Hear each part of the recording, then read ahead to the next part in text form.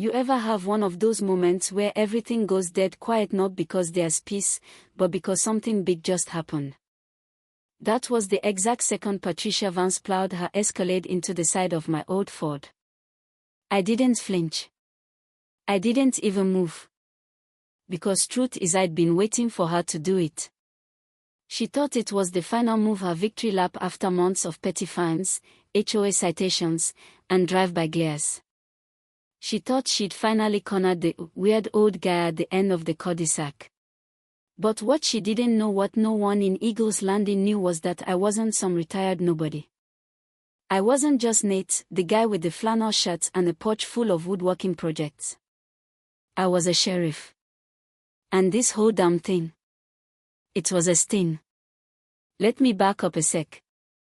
A few months earlier, I got a letter at the station. No name. No return address. Just fear, written on cheap paper.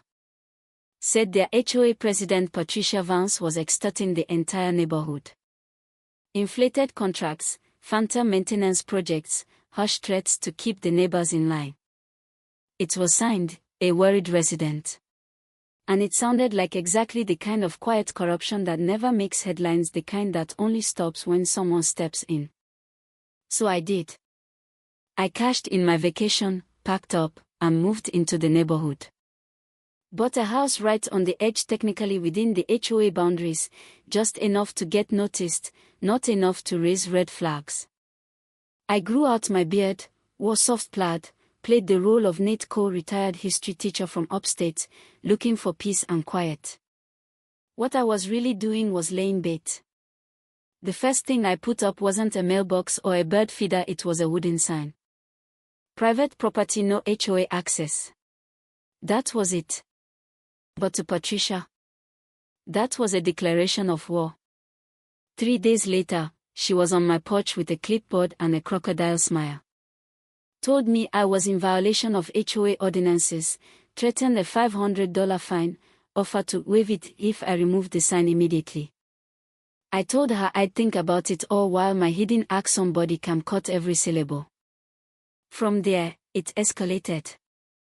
1 week, it was a citation for a non-standard mulch. The next, a warning that my trash can was 6 inches out of alignment. I even got a written notice about the font on my house number plaque. She was relentless, and I played right into it. I smiled, nodded, paid a few fines, and let her dig her own grave, one HOA memo at a time. But then came the twist I didn't see coming. Mr. Arthur Gable. Old guy. Lived 2 houses down. Retired accountant, quiet as a ghost. I noticed he'd watch me sometimes, like he wanted to say something but couldn't. One afternoon, I caught him pruning his roses and said, "Mr. Gable, I think you and I might share a frustration or two."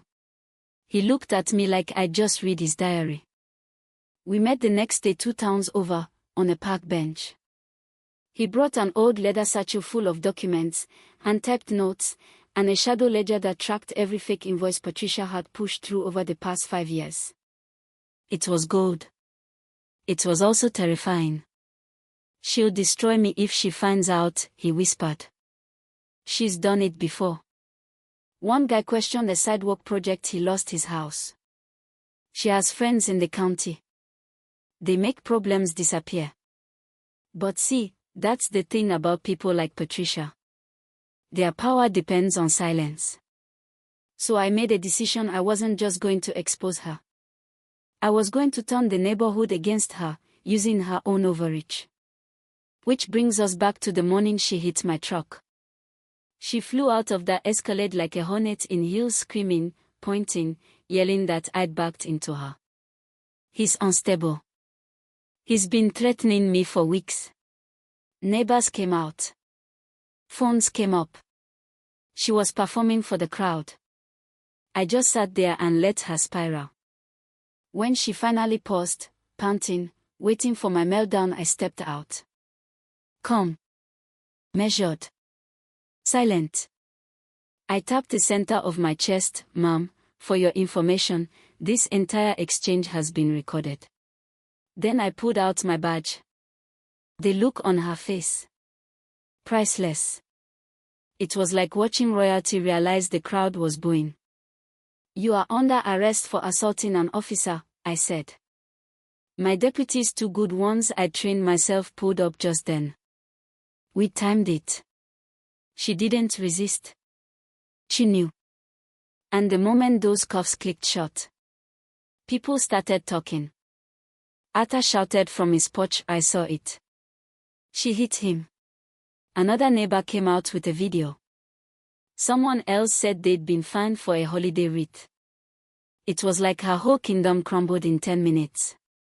But that was just Act 1. A few days later, we got a warrant and searched her home office. It was immaculate, like a museum of paperwork. But too clean. Too organized. Eventually, behind a bookshelf, under a false floorboard, we found it, a biometric safe.